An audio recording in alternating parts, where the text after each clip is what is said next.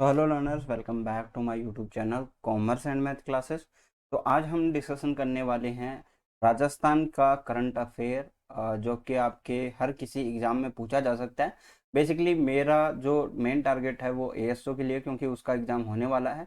आप इसको video mains के अंदर भी यूज़फुल समझेंगे, क्योंकि अगर करंट अफेयर है राजस्थान का तो वो कहीं पे भी पूछा जा सकता है। इसमें हम 15 दिसंबर से लेकर 15 फरवरी तक का जो करंट अफेयर है वो क्या है कवर करने वाले हैं। कहाँ से? 15 दिसंबर से लेकर आपका 15 फरवरी तक का। ठीक है। और ये जनवरी इसलिए लिखा है क्योंकि ये बीच का मंथ है। ठीक है।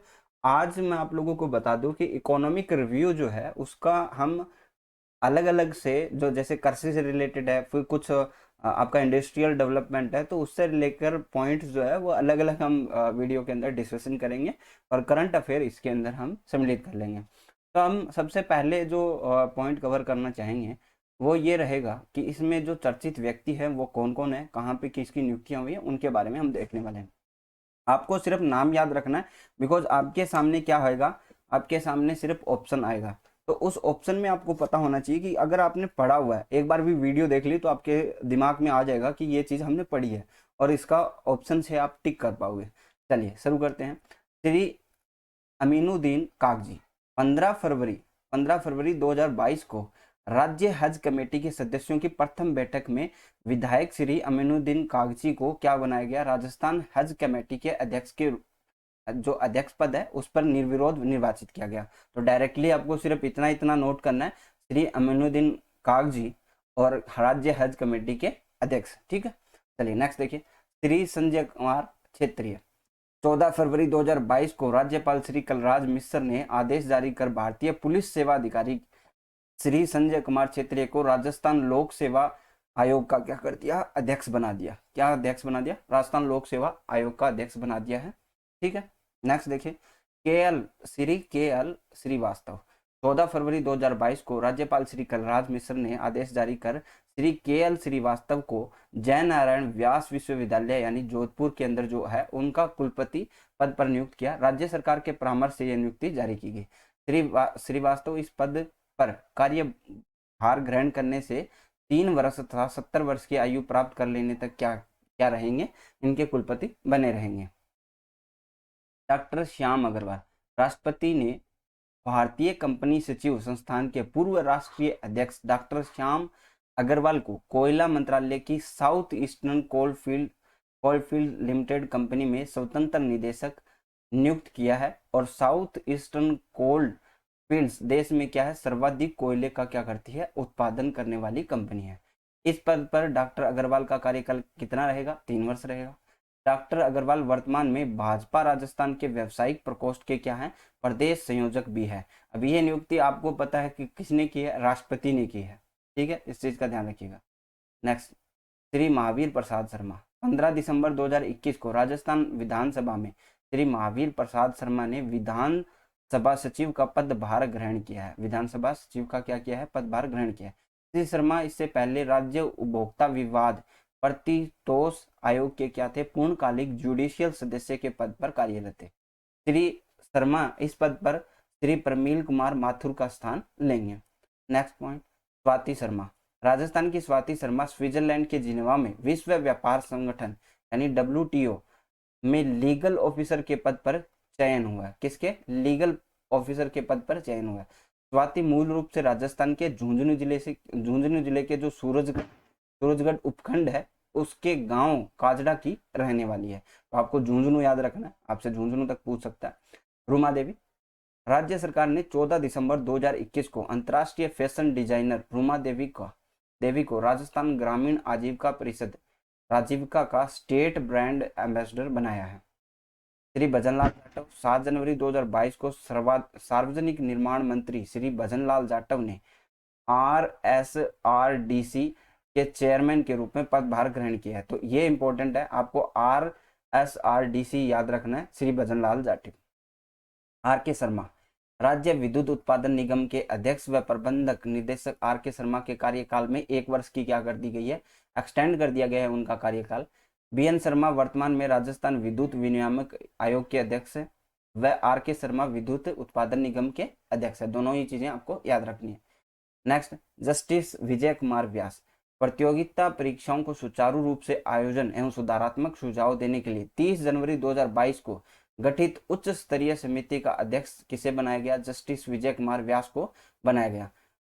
भविष्य में भर्ती परीक्षाएं निर्विघ्न तरीके से संपन्न हो सके, इसके लिए राज्य सरकार ने सुझाव देने हेतु रिटायर्ड हाईकोर्ट जज न्यायाधीश जस्टिस विजय कुमार व्यास की अध्यक्षता में क्या है, उच्च स्तरीय समिति का गठन किया। और इस समिति में पूर्व आईएएस अधिकारी व आरपीएस के पूर्व चेयरमैन महेंद्र कुमावत सदस्य होंगे। प्रमुख शासन सचिव कार्मिक सदस्य सचिव होंगे। ठीक है, तो ये कमेटी बनी है, तो इसमें आपको ध्यान में रखना है कि किसके निर्देशन में बनाई है, उनका अध्यक्ष कौन है। ठीक है, नेक्स्ट देखिए, लक्ष्य सिंह मेवाड़, मेवाड़ राज परिवार के सदस्य हैं। और एच ग्रुप ऑफ होटल्स के एग्जीक्यूटिव डायरेक्टर लक्ष्य राज सिंह मेवाड़ को जनवरी 2022 में, इसमें जनवरी 2022 में राजस्थान के राज्यपाल कलराज मिश्र ने अपने सलाहकार मंडल में सदस्य जो है मनोनीत किया है। राजस्थान के समग्र विकास से संबंधित प्रकरणों से में परामर्श के लिए गठित राज्यपाल सलाहकार मंडल में लक्ष्य राज सिंह को पर्यटन व रोजगार संबंधित विषयों पर अपनी सलाह देने के लिए क्या किया गया है? मनोनीत किया गया है। इस सलाहकार मंडल में 9 अन्य विशेषज्ञों को भी मनोनीत किया गया। इसमें कौन कौन से हैं? उच्च शिक्षा, पर्यटन एवं कला संस्कृति, रोजगार सृजन, विधि, प्रशासन, उद्योग, अर्थशास्त्र और अनुसूचित जनजाति क्षेत्र विकास, जल संरक्षण जैसे विषयों के लिए हम क्या करते हैं? सलाहकार मंडल में नियुक्त करते हैं। चलिए, श्रीमती उषा शर्मा, भारतीय प्रशासनिक सेवा 1985 बैच की वरिष्ठ अधिकारी श्रीमती उषा शर्मा ने 31 जनवरी 2022 को शासन सचिवालय में मुख्य सचिव का पदभार ग्रहण किया। इस पद पर उन्होंने निवर्तमान मुख्य सचिव श्री निरंजन आर्य का क्या लिया? स्थान लिया है। मुख्य सचिव पद से सेवानिवृत्त हुए श्री निरंजन आर्य का मुख्यमंत्री का क्या बनाया गया? सलाहकार बना गया है। श्रीमती शर्मा 85 बैच की वरिष्ठ अधिकारी है। इससे पहले वे केंद्रीय सचिव युवा कार्यक्रम विभाग, महानिदेशक भारतीय पुरातत्व सर्वेक्षण, केंद्रीय अतिरिक्त सचिव प्रशासनिक सुधार एवं लोक शिकायत केंद्र क्या है? कार्य कर चुकी है। आगे देखते हैं। चलिए, डॉक्टर जसवंत राठी, 1 फरवरी 2022 को राजस्थान लोक सेवा आयोग के सदस्य डॉक्टर जसवंत सिंह राठी को राजस्थान लोक सेवा आयोग का क्या बनाया गया था? कार्यवाहक अध्यक्ष नियुक्त किया गया था। डॉक्टर राठी 14 अक्टूबर 2020 को राजस्थान लोक सेवा आयोग के सदस्य नियुक्त किए गए थे। तो इनकी नियुक्ति भी आपको पूछ सकती है, और कार्यवाहक कभी बीच में पूछ ले तो जरूरी है। अब हम आते हैं पुरस्कार पे। तो ये सबसे इंपॉर्टेंट है, एक पुरस्कार आपसे पूछा जा सकता है। 27 दिसंबर 2021 को सवाई मानसिंह स्टेडियम स्थित साइकिलिंग वेलोड्रम में 73वीं सीनियर राष्ट्रीय साइकिलिंग ट्रैक चैंपियनशिप में 10 किमी की पॉइंट रेस में राजस्थान की रवीना बिश्नोई ने क्या जीता? रजत पदक जीता, यानी सिल्वर मेडल जीता। इस स्पर्धा में पंजाब की जो जसमीत कौर है उसने गोल्ड, व पश्चिम बंगाल की जो सामी विश्वास है उन्होंने कांस्य पदक जीता है।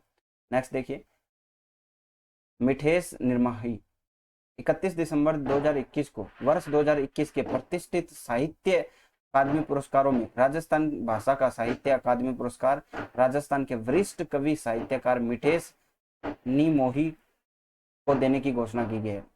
मिठेश निमोही जोधपुर के मूल निवासी है और उनके राजस्थानी काव्य संग्रह में मुक्ति की प्रतिष्ठित वार्षिक साहित्य अकादमी पुरस्कार प्रदान किया गया था। तो ध्यान रखना, मुक्ति आपको ध्यान में रखना है और मिठेश का भी ध्यान में रखना है। इनको क्या मिला है?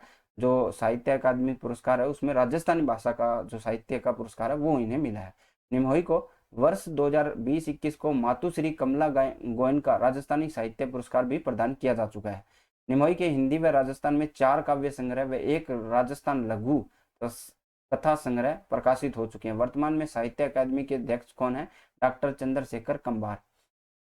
रजत चौहान 9 जनवरी 2022 को हैदराबाद में आयोजित नेशनल रैंकिंग तीरंदाजी चैंपियनशिप में पुरुषों की कंपाउंड स्पर्धा का खिताब राजस्थान के तीरंदाज रजत चौहान ने जीता। ठीक है, हैदराबाद में आयोजित ये नेशनल रैंकिंग दो तीरंदाजी चैंपियनशिप है, वो किसने जीता है? वो रजत चौहान ने जीता है, राजस्थान के।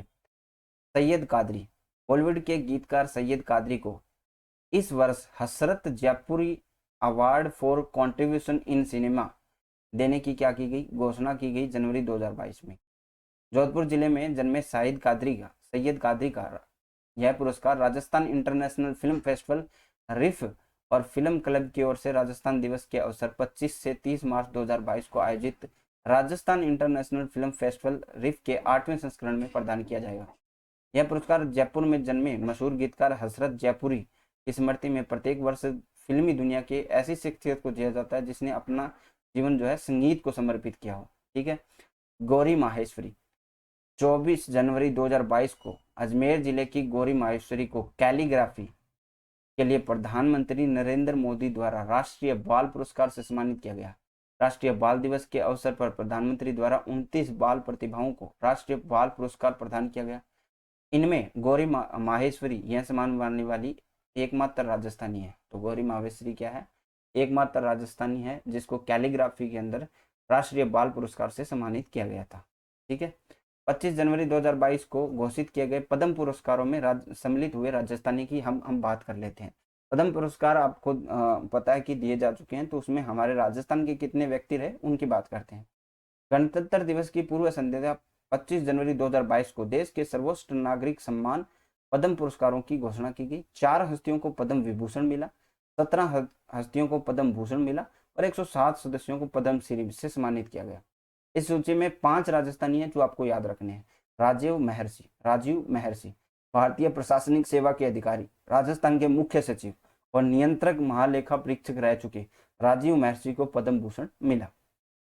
क्या है? आईपीएस भारतीय प्रशासनिक सेवा के अंदर काम कर चुके हैं, राजस्थान के मुख्य सचिव रह चुके हैं, नियंत्रक महालेखा परीक्षक रह चुके हैं, उनको पद्म भूषण मिला है राजीव महर्षि।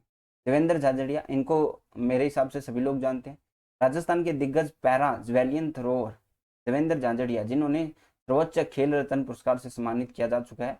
इस वर्ष क्या मिला है? पद्म भूषण भी मिला है।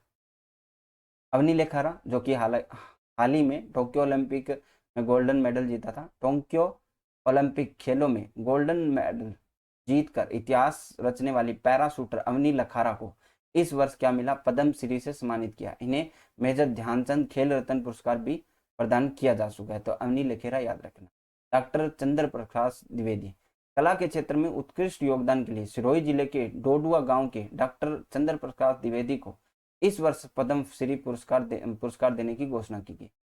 प्रसिद्ध धारावाहिक चाणक्य और पिंजर फिल्म के डायरेक्टर द्विवेदी सिरोही के डोडुआ गांव के मूल निवासी। रामदयाल शर्मा, डींग क्षेत्र के समोई खेड़ा निवासी रामदयाल शर्मा नौटंकी के क्या है? प्रसिद्ध कलाकार हैं। उन्हें कला के क्षेत्र में अपने योगदान के लिए पद्म श्री के लिए चयनित किया गया। इनके पिता खूबीराम व चाचा पंडित रामस्वरूप शर्मा नौटंकी के मशहूर कलाकार है। तो यहाँ पे देखिए रामदयाल शर्मा, आप लोगों को याद रखना है, इन्हें क्या मिला है? पद्म श्री मिला है। डॉक्टर चंद्र प्रकाश द्विवेदी, इन्हें क्या मिला है? पद्म श्री मिला है। जबकि अवनी लेखारा को क्या मिला है? पद्म श्री। जब सबसे इंपॉर्टेंट है वो है देवेंद्र झांझड़िया, जिन्हें पद्म भूषण मिला। ठीक है। और राजीव महर्षि, जिनको पद्म भूषण मिला। दोनों ही नाम आपको याद रखना है, इंपॉर्टेंट है। अन्य की बात करें तो निरुपेश कुमार 26 जनवरी 2022 को देश के 73वें गणतंत्र दिवस के अवसर पर सशस्त्र सीमा बल के डिप्टी कमांडेंट राजस्थान के झुंझुनू निवासी निरुपेश कुमार ने राजपथ पर हुए परेड का नेतृत्व किया था। इस कुमार इससे पूर्व 2018 में भी परेड का नेतृत्व कर चुके हैं। तो ये इतना इंपॉर्टेंट नहीं है जितना पहले बात है। अब बात करते हैं महत्वपूर्ण दिवस की, जो कि पीछे जा चुके हैं। आप लोगों को थोड़ा थोड़ा हल्का हल्का याद रखना है। 1 दिसंबर को बीएसएफ दिवस, सेना दिवस होता है, स्थापना दिवस होता है इनका, बॉर्डर सिक्योरिटी फोर्स है उनका। 3 दिसंबर अंतर्राष्ट्रीय दिव्यांगजन दिवस होता है। दिव्यांगों के प्रति सामाजिक सोच में परिवर्तन लाने के लिए संयुक्त राष्ट्र संघ द्वारा वर्ष 1992 से 3 दिसंबर को प्रतिवर्ष क्या बनाया जाता है? अंतर्राष्ट्रीय दिव्यांग दिवस के रूप में मनाया जाता है। 4 दिसंबर नौसेना दिवस। 6 दिसंबर नागरिक सुरक्षा का 59वां स्थापना दिवस। 7 दिसंबर सशस्त्र सेना झंडा दिवस। सशस्त्र सेना झंडा दिवस सशस्त्र बलों के कर्मियों के कल्याण हेतु भारत की जनता से धन संग्रह के प्रति समर्पित एक दिन है। यह 1949 से 7 दिसंबर को भारतवर्ष में क्या है? प्रतिवर्ष बनाया जाता है। 7 दिसंबर को प्रतिवर्ष बनाया जाता है। इस दिवस पर धन संग्रह सशस्त्र सेना के प्रतीक झंडे बांटकर किया जाता है। इस झंडे में 3 रंग लाल, गहरा नीला और हल्का नीला तीनों सेनाओं का प्रदर्शित करता है। सशस्त्र सेना झंडा दिवस पर धन संग्रह के 3 मुख्य उद्देश्य। एक तो युद्ध के समय हुई जनहानि में सहयोग करना, सेना में कार्यरत कर्मियों के परिवार कल्याण हेतु सहयोग करना और सेना सेवानिवृत्त कर्मियों और उनके परिवार के कल्याण हेतु सहायता करना। गीता जयंती मार्गशीर्ष माह के शुक्ल पक्ष की एकादशी इस साल 14 दिसंबर 2021 को बनाई गई। पौराणिक मान्यताओं के अनुसार मोक्षदा एकादशी यानी 11 जिसे हम बोलते हैं तिथि पर ही द्वापर युग में भगवान श्री कृष्ण ने महाभारत के युद्ध के दौरान अपने शिष्य अर्जुन को गीता के उपदेश दिए थे। इस कारण हर साल मार्गशीर्ष माह की शुक्ल पक्ष की एकादशी पर गीता जयंती के तौर में बनाया जाता है। यह एकमात्र ग्रंथ है जिसकी जयंती बनाई जाती है। तो गीता जयंती आप लोगों को याद रखना है, इस साल 14 दिसंबर 2021 को आई थी। लास्ट ईयर की बात करें तो 22 दिसंबर की बात करें, राजस्थान लोक सेवा स्थापना दिवस बनाया गया। 22 दिसंबर 1949 को राजस्थान लोक सेवा आयोग जो है अस्तित्व में आया और इस वर्ष आयोग का क्या है 73वां स्थापना दिवस था। आयोग का सूत्र वाक्य क्या है, निर्भीकम निष्पक्षम च उत्तम चयनम। ठीक है। 23 दिसंबर राष्ट्रीय किसान दिवस, भारत के 5वें प्रधानमंत्री चौधरी चरण सिंह की जयंती पर अवसर पर 2001 से हम हर साल क्या है 23 दिसंबर को राष्ट्रीय किसान दिवस यानी नेशनल फार्मर्स डे बनाते हैं। उन्होंने अपने कार्यकाल में कृषि क्षेत्र में उत्थान में महत्वपूर्ण भूमिका निभाई थी। 24 दिसंबर राष्ट्रीय उपभोक्ता दिवस, 24 दिसंबर को हम क्या बनाते हैं, राष्ट्रीय उपभोक्ता दिवस बनाते हैं।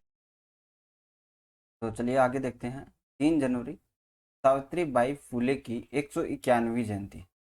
3 जनवरी 1831 को महाराष्ट्र के सतारा जिले के माया गांव में जन्मी सावित्री बाई फुले भारत की प्रथम महिला शिक्षा समाज सुधारिका एवं मराठी ख्याति कवयित्री थी। उन्होंने अपने पति ज्योतिराव गोविंदराव फुले के साथ मिलकर स्त्री अधिकारों और शिक्षा के क्षेत्र में उल्लेखनीय कार्य किया। तो 1852 में उन्होंने बालिकाओं के लिए एक विद्यालय की स्थापना की। इसके लिए हम इसकी जयंती बनाते हैं।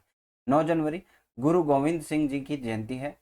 गुरु गोविंद सिंह जी सिख धर्म के 10वें गुरु और खालसा पंथ के संस्थापक थे। 9 जनवरी प्रवासी भारतीय दिवस, महात्मा गांधी का भारत आगमन। 10 जनवरी विश्व हिंदी दिवस। 12 जनवरी राष्ट्रीय युवा दिवस, स्वामी विवेकानंद की जयंती के ऊपर देश भर में 12 जनवरी को राष्ट्रीय युवा दिवस बनाया जाता है। 15 जनवरी आर्मी दिवस या सेना दिवस, लेफ्टिनेंट जनरल बाद में फील्ड मार्शल के.एम. करियप्पा। ये नाम आप ध्यान रखना, ये काफी बार अगर आपको एग्जाम में पूछा जाता है अलग अलग एग्जाम में, कि भारतीय थल सेना के शीर्ष कमांडर का पदभार ग्रहण करने के उपलक्ष्य में मनाया जाता है। ये ध्यान रखना आप, के.एम. करियप्पा बहुत बार पूछा जाता है। 15 जनवरी 1949 को ब्रिटिश राज के समय में भारतीय सेना के अंतिम अंग्रेज शीर्ष commander general Roy Francis butcher से पदभार ग्रहण किया। के.एम. करियप्पा स्वतंत्रता के बाद भारतीय सेना के पहले कमांडर इन चीफ रहे। 15 जनवरी 2021 को 73वां सेना दिवस बनाया गया। 2021 में 1971 के भारत पाक युद्ध की स्वर्ण जयंती के अवसर पर 15 जनवरी 2021 को भारतीय सेना के लोंगेवाला ब्रिगेड की 24वीं राजपूताना राइफल्स द्वारा कोणार्क स्वर्ण विजयथान का आयोजन निवारू मिलिट्री स्टेशन जयपुर में किया गया। निवारू मिलिट्री स्टेशन जयपुर में किया गया। नेक्स्ट देखिए, 24 जनवरी राष्ट्रीय बालिका दिवस। 24 जनवरी राष्ट्रीय बालिका दिवस। 25 जनवरी राष्ट्रीय मतदाता दिवस। इस वर्ष 12वां राष्ट्रीय मतदाता दिवस वर्चुअली आयोजित किया गया था। थीम थी चुनावों का समावेशी, सुगम व सहभागी बनाना। निर्वाचन विभाग की स्टेट आइकन ही शताब्दी अवस्थी। 26 जनवरी 2022 को 73वां गणतंत्र दिवस बनाया गया और 30 जनवरी को शहीद दिवस राष्ट्रीय महात्मा गांधी की पुण्यतिथि पर बनाया गया। 30 जनवरी अंतर्राष्ट्रीय कुष्ठ रोग निवारण दिवस बनाया गया। राष्ट्रपिता महात्मा गांधी द्वारा कुष्ठ रोगियों को समाज की मुख्य धारा में जोड़ने के प्रयासों की वजह से ही हम क्या करते हैं, 30 जनवरी को उनकी पुण्यतिथि को कुष्ठ रोग निवारण दिवस के रूप में बनाते हैं। 2 फरवरी विश्व नम दिवस यानी वेटलैंड दिवस बनाते हैं। 2022 के विश्व नम दिवस भूमि दिवस की थीम थी wetland action for people and nature. इस वर्ष जयपुर जिले की फोगी तहसील के अंदर बारखेड़ा बांध पर राज्य स्तरीय समारोह का आयोजन राज्य आर्द्र भूमि प्राधिकरण, पर्यावरण एवं जलवायु परिवर्तन विभाग, वन विभाग के संयुक्त तत्वाधान में किया गया। ध्यान रखिएगा, इंपॉर्टेंट है ये, जयपुर के अंदर आयोजन हुआ है इसका। 13 फरवरी को विश्व रेडियो दिवस। 13 फरवरी को महाराजा सूरजमल जयंती भी बनाई गई आती है। अब हम चर्चित स्थानों की बात करते हैं। पहले मैं एक चीज आप लोगों के लिए क्लियर कर दूं कि राजस्थान जीके है और आप लोग ये समझो कि सब कुछ आप याद नहीं कर सकते। करंट अफेयर की बात करें तो करंट अफेयर बहुत सारा होता है, लेकिन आप लोग क्या कर सकते हो, देखिए सबसे बेस्ट ये रहता है कि आप लोग रिवीजन करो। देखिए जैसे आपने अभी इस वीडियो को देखा पहले दिन, ठीक है, इसका रिवीजन करो, दूसरे टाइम इसको 2x करके आप रिवीजन करो, ठीक है, फिर कुछ दिनों के बाद आप 7वें दिन रिवीजन करो, और उसके बाद आप एक बार 21वें दिन रिवीजन कर लो या एग्जाम डे के दिन रिवीजन कर लो। बस ये पैटर्न आपको फॉलो करना है। अब यहाँ पे हम डिटेल से बात कर रहे हैं, लेकिन फिर भी अगर आपको लगता है कि कुछ पॉइंट्स जो है इंपॉर्टेंट है तो उसको आप नोट डाउन भी कर सकते हो। वीडियो को पॉज करो, नोट डाउन करो, और उन्हीं को लास्ट में जब एग्जाम देने जाओ तो उन्हीं को, जैसे जनवरी का पढ़ लिया, फरवरी का, ऐसे आप कंप्लीट कर सकते हो। लेकिन एटलीस्ट आप 2 टाइम्स अगर वीडियो देखोगे तो वो आपके सबकॉन्शियस माइंड के अंदर सेव हो जाएगा, ठीक है। नेक्स्ट देखिए, चर्चित स्थानों की बात करें, बहुत इंपॉर्टेंट है, एक एक चीज को ध्यान से पढ़ना, ध्यान से सुनना, ठीक है। 65वीं वार्षिक कला प्रदर्शनी का उद्घाटन कहाँ पे हुआ? जयपुर के अंदर। 13 फरवरी 2022 को कला संस्कृति मंत्री डॉक्टर बी.डी. कल्ला, ये इंपॉर्टेंट है, के मुख्य अतिथि में जालाना स्थित राजस्थान ललित कला अकादमी परिसर में 62वीं वार्षिक कला प्रदर्शनी का उद्घाटन समारोह आयोजित हुआ। इस अवसर पर मंत्री द्वारा 10 कलाकारों को श्रेष्ठ कृतियों के लिए क्या किया गया? पुरस्कृत कर दिया गया। 584 कलाकृतियों का अवलोकन करने के पश्चात विभाग द्वारा 10 सर्वश्रेष्ठ कलाकृतियों का चयन किया गया। कलाकारों को ट्रॉफी, स्मृति चिन्ह, 25,000 रुपए की पुरस्कार प्रदान की। अब देखिए इसमें इसमें क्या होता है, देखिए सबसे इंपॉर्टेंट क्या है कि क्या कौन सी थी? 62वीं, है ना। अगर हम बात करें किस तारीख को? 13 फरवरी। डेट आपको पूछे भी नहीं, ये भी हो सकता है। और कला एवं संस्कृति मंत्री कौन है? बी.डी. कल्ला। किसके अतिथि कौन थे? बी.डी. कल्ला। कहाँ पे हुआ? राजस्थान जालाना ललित कला अकादमी के अंदर, ठीक है। तो ये इंपॉर्टेंट होता है, ऐसे आपको पॉइंट निकालने होते हैं। मरु महोत्सव पोखरण जैसलमेर के अंदर 13 फरवरी 2022 को देश दुनिया में विख्यात राजस्थान के मरु महोत्सव का आगाज परमाणु नगरी के रूप में मशहूर जैसलमेर के पोखरण शहर से हुआ। 4 दिवसीय महोत्सव था। आगाज भव्य शोभा यात्रा, लोक लहरियों की गूंज, विभिन्न प्रतिस्पर्धा, उत्सवी रंग रासों के खासा समा बांधते हुए मरु संस्कृतियों की विलक्षणताओं और परंपराओं से रूबरू कराया। कार्यक्रम का आयोजन किसने किया? कहाँ पे हुआ? सालम सागर तालाब के पाल पर हुआ। भरत मिस्टर पोखरण व निकिता मिस पोखरण बने। क्या है? भरत क्या बने मिस्टर पोखरण, और निकिता क्या बनी? मिस पोखरण बनी, ठीक है। इंडिया टुडे ट्विजर अवार्ड्स 2021 अपनी कला, संस्कृति, ऐतिहासिक विरासत और पर्यटन के लिए विशेष पहचान रखने वाले राजस्थान को इंडिया टुडे टूरिज्म अवार्ड समारोह के अंदर 2 पुरस्कार मिले। राजस्थान पर्यटन विभाग की तरफ से श्री निदेशक कौन है? श्री निशांत जैन ने ये पुरस्कार ग्रहण किए। कोटा के गरडिया महादेव पर्यटन स्थल को बेस्ट आइकॉनिक लैंडस्केप डेस्टिनेशन चुना गया। कौन सा? गरडिया महादेव। और जैसलमेर के डेजर्ट फेस्टिवल को बेस्ट फेस्टिवल डेस्टिनेशन का रनर अप अवार्ड मिला। 2 अवार्ड मिले थे, ठीक है, इस चीज का ध्यान रखिएगा। चलिए, पूनम सिंह स्टेडियम जैसलमेर 1 दिसंबर 2021 को सीमा सुरक्षा बल बीएसएफ का 57वां स्थापना दिवस जैसलमेर स्थित पूनम सिंह स्टेडियम में बनाया गया। बीएसएफ की स्थापना के बाद यह पहली बार है जब समारोह आयोजन दिल्ली से बाहर कहीं पे किया गया है। तो बीएसएफ की स्थापना 1 दिसंबर 1965 को हुई। समारोह में गृह मंत्री अमित शाह शामिल हुए, और बीएसएफ के महानिदेशक कौन है? पंकज कुमार सिंह है। बगरू जयपुर के बगरू को द मूवी वर्ल्ड के नाम से फिल्म सिटी बनकर तैयार हो चुकी है। यह 250 बीघा जमीन पर विस्तृत है, ध्यान रखिएगा, ये भी इंपॉर्टेंट पॉइंट। युद्धाभ्यास दक्षिण शक्ति जैसलमेर। पश्चिमी राजस्थान के जैसलमेर जिले में भारतीय सेना के दक्षिणी कमान द्वारा बहुआयामी ऑपरेशन में सैन्य बलों को एकीकृत इस्तेमाल सुनिश्चित करने और किसी युद्ध के समस्त आयामों और स्वरूप पर देश सैन्य उद्देश्यों की प्राप्ति के अभ्यास हेतु युद्धाभ्यास दक्षिण शक्ति का आयोजन किया गया। इस युद्ध में भारतीय सेनाओं की इकाइयां संरचना अपनी इन्फेंट्री, मैकेनाइज्ड फॉर्मेशन और एयरबोर्न सैनिकों द्वारा सक्रिय युद्ध क्षेत्र के वातावरण में भविष्य की तकनीकों का उपयोग करते हुए सामरिक व अभियानगत क्या किया गया? अभ्यास किया गया। इसमें यह advance light helicopter weapon system, integrated swarm drone, artificial intelligence जैसे बहुमुखी और स्वदेशी हवाई प्लेटफॉर्मों का प्रयोग करके इंटेलिजेंस, निगरानी और रेकी ढांचे में रहते हुए सैन्य अभियानों की समेकित, अभियानगत और खुफिया तस्वीर प्रदान करने के लिए किया गया। विशेष क्या है? विशेष हेलीबैंड ऑपरेशन, स्वार्म ड्रोन और ALH युद्धाभ्यास सहित इन परिस्थितियों का एक शानदार प्रदर्शनी और जमीनी सैनिकों द्वारा समन्वित कार्रवाई का अभ्यास किया गया। इस अभ्यास का जायजा थल सेना के प्रमुख मनोज मुकुंद नरवणे ने लिया, जो कि जैसलमेर पहुंचकर लिया। तो मनोज मुकुंद नरवणे आपको ध्यान रखना है, थल सेना प्रमुख है। High performance training and rehabilitation centre Jaipur के अंदर खिलाड़ियों को उच्च तकनीकी आधारित फिजियोथेरेपी फैसिलिटी उपलब्ध कराने के लिए राज्य सरकार जयपुर में high performance training and rehabilitation centre बनाने जा रहा है। एसएमएस स्टेडियम में बनने वाले इस सेंटर को चलाने और मेंटेनेंस के लिए प्रदेश सरकार ने क्या किया, एडिशनल बजट का प्रोविजन किया। मुख्यमंत्री गहलोत ने 8 करोड़ 55 लाख रुपए अप्रूव किए। राज्य बजट 2021-22 में केंद्र खोलने की घोषणा की गई है। केंद्र खोलने की सरकार ने सेंटर की स्थापना के लिए 6 करोड़ 52 लाख रुपए और इसे चलाने के लिए 2 करोड़ 3 लाख रुपए मंजूर किए। तो 8 लाख 55 करोड़ रुपए टोटल इसके लिए स्वीकृत हुए। High performance training and rehabilitation centre Jaipur के अंदर बनेगा। युद्धाभ्यास Vayu Shakti Chandan field air firing range Jaisalmer के अंदर हुई।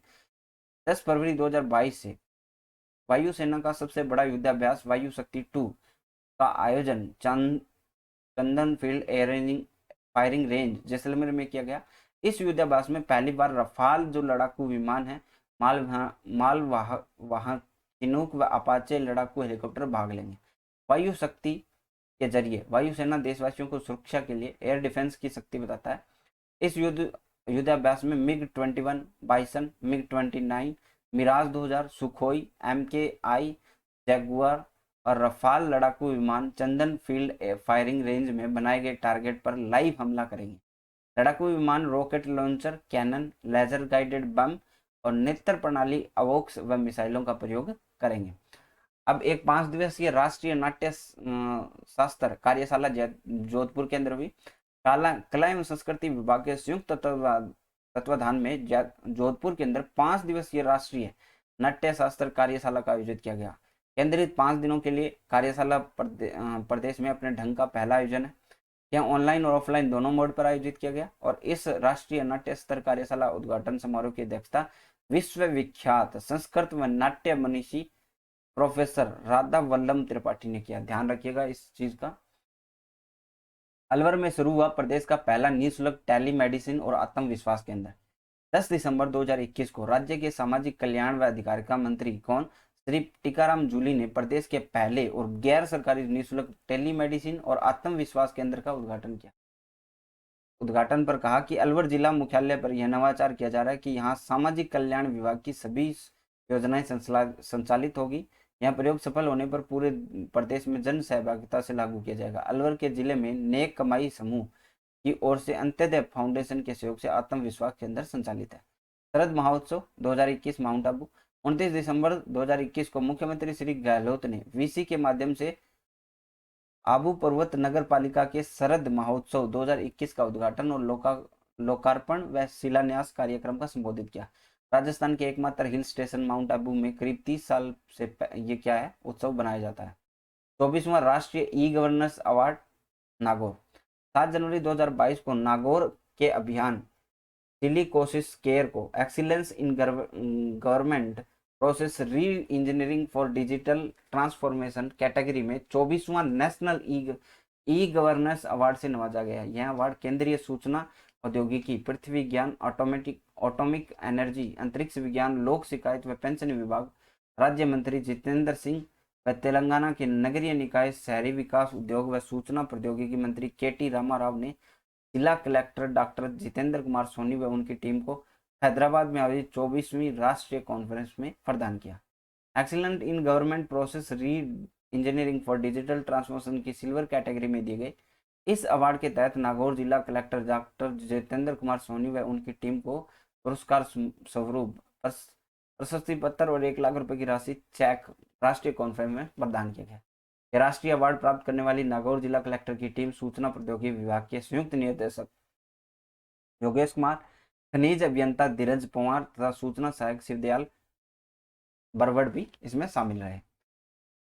राष्ट्रीय ई गवर्नेंस अवार्ड, इसका मतलब ये है कि राष्ट्रीय स्तर पर ई गवर्नेंस अवार्ड प्रत्येक वर्ष राष्ट्रीय स्तर पर प्रशासनिक सुधार और लोक शिकायत विभाग भारत सरकार द्वारा प्रदान किया जाता है। इस प्रकार के देश के सभी 748 जिलों को ई गवर्नेंस पर बेहतर कार्य करने वाले को दिया जाता है। तो इसके तहत 4 संपूर्ण परीक्षण के बाद ये जटिल प्रक्रिया से जिला का चयन होता है। तो इसमें नागौर हमारा राजस्थान का जिला आता है ना। नेक्स्ट, क्या है अभियान सिलिकोसिस केयर, ये आप समझिए। सिलिकोसिस रोग से पीड़ित लोग त्वरित सरकार द्वारा प्रदत्त सहायता राशि, पेंशन, पालनहार योजना व खाद्य सुरक्षा का लाभ दिए जाने को लेकर नागौर जिला कलेक्टर डॉक्टर जितेंद्र कुमार सोनी की ओर से अभियान सिलिकोसिस केयर चलाया गया था। अभियान सिलिकोसिस केयर के तहत नागौर जिले में 2058 जीवित सिलिकोसिस मरीजों और 360 दिवंगत सिलिकोसिस मरीजों के परिजनों को सरकार द्वारा प्रदत्त विभिन्न योजनाओं का लाभ डिजिटल प्लेटफॉर्म पर एकल प्रारूप में डेटाबेस तैयार करके दिया गया। इस नवाचार का मॉडल मानते हुए पूरे प्रदेश में अभियान चलाने के निर्देश अतिरिक्त मुख्य सचिव खान ग्रुप 1 के विभाग ने जारी किए। अभियान सिलिकोसिस केयर के गवर्नेंस नाउ टीम के ओर से राष्ट्रीय स्तर पर digital transformation in health care category में दिए जाने वाला चौथा डिजिटल ट्रांसफॉर्मेशन अवार्ड भी है। नागौर जिला कलेक्टर डॉक्टर जितेंद्र कुमार सोनी को गत नवंबर 2021 में प्रदान किया गया था। योग महोत्सव नाथद्वारा 8 जनवरी 2022 को नाथद्वारा दामोदर स्टेडियम में आयोजित किया जाने वाला 3 दिवसीय योग महोत्सव का शुभारंभ किया गया। यह कार्यक्रम आयुष मंत्रालय, भारत सरकार, गायत्री परिवार, केंद्रीय योग एवं प्राकृतिक चिकित्सा अनुसंधान परिषद द्वारा आयोजित किया गया। विधानसभा अध्यक्ष डॉक्टर सीपी जोशी ने इस कार्यक्रम की अध्यक्षता की थी। कस्टम हायरिंग सेंटर का शुभारंभ नाथद्वारा के अंदर 28 जनवरी 2022 को विधानसभा अध्यक्ष सीपी जोशी के मुख्य अतिथि एवं सहकारिता मंत्री श्री उदयलाल आंजना की अध्यक्षता में उदयपुर गोवर्धन राजकीय उच्च माध्यमिक विद्यालय नाथद्वारा में दी गई Udaipur central cooperative bank limited Udaipur के कार्य क्षेत्र अंतर्गत राजसमंद जिले की 18 चयनित समितियों को कृषि उपकरण हस्तांतरित कर कस्टम हायरिंग और केंद्रों का शुभारंभ किया गया। ग्राम पंचायत बटेरी बस्सी जयपुर के अंदर सांसद आदर्श ग्राम योजना के तहत पूर्व प्रधानमंत्री व राजस्थान से राज्यसभा सदस्य मनमोहन सिंह ने जयपुर जिले के ग्राम पंचायत बटेरी बस्सी जयपुर के गांव का चयन आदर्श ग्राम योजना के तहत हेतु किया था। यह है सांसद आदर्श ग्राम योजना। क्या है यह समझिए कि ये योजना 2014 में जयप्रकाश नारायण की जयंती पर शुरू की गई थी। इसके तहत संसद सदस्य जो सांसद होते हैं 2019 तक 3 गांवों में और वर्ष 2028 तक कुल 8 गांवों के सामाजिक, आर्थिक और भौतिक बुनियादी ढांचे के लिए डेवलपमेंट के लिए जिम्मेदार होंगे। तो पहला आदर्श ग्राम विकास 2016 तक और अन्य 2019 तक विकसित किए जाने थे। वर्ष 2019 से 24 तक संसद द्वारा हर वर्ष 5 और आदर्श ग्राम विकसित किए जाने थे। सांसद आदर्श ग्राम विकास के लिए उपयुक्त ग्राम पंचायत अपने स्वयं के गांव, पति या पत्नी के गांव के अलावा की पहचान करने के लिए स्वतंत्र रहेंगे।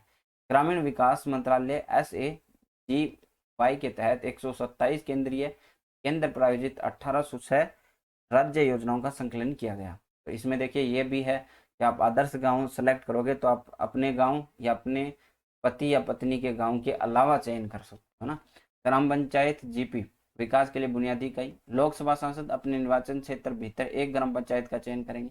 राज्यसभा सांसद किसी विशिष्ट जिले के ग्रामीण क्षेत्र में ग्राम पंचायत का चयन करेंगे। मनोनीत सांसद देश के किसी भी जिले के ग्रामीण क्षेत्र में से एक ग्राम पंचायत को चुन सकते हैं। सांसद समुदाय के साथ जुड़ते, ग्राम विकास योजना का सुगम बनाते और आवश्यक संसाधन जुटाते, विशेष रूप से कॉर्पोरेट सामाजिक दायित्व CSR के माध्यम से। तमाम सांसद सदस्य स्थानीय क्षेत्र विकास की नीति का उपयोग अवसंरचना संतराल में कम करने में महत्वपूर्ण भूमिका निभाते हैं। नायाब हुनर हाट जयपुर के अंदर राजस्थान अल्पसंख्यक वित्त एवं विकास सहकारी निगम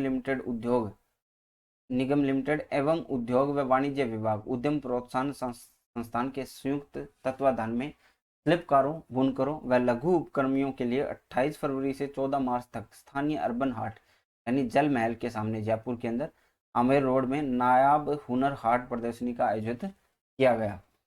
प्रदर्शनी स्थल पर 70 स्टॉल्स लगाई जाएगी और इसमें मुख्यतः लाख की चूड़ी, artificial jewellery, blue pottery, kundan meenakari, painting, marble, metal handicrafts, wooden handcrafts, terracotta, hand block print, readymade garments, लोक साहित्य आदि के स्टॉल के साथ विभिन्न स्थानों पर यथा बुनकर संघ, राजस्थान हथकरघा विकास निगम, खादी ग्रामोद्योग board, craft council of viewers and antigens की स्टॉल्स भी लगाई जाएगी।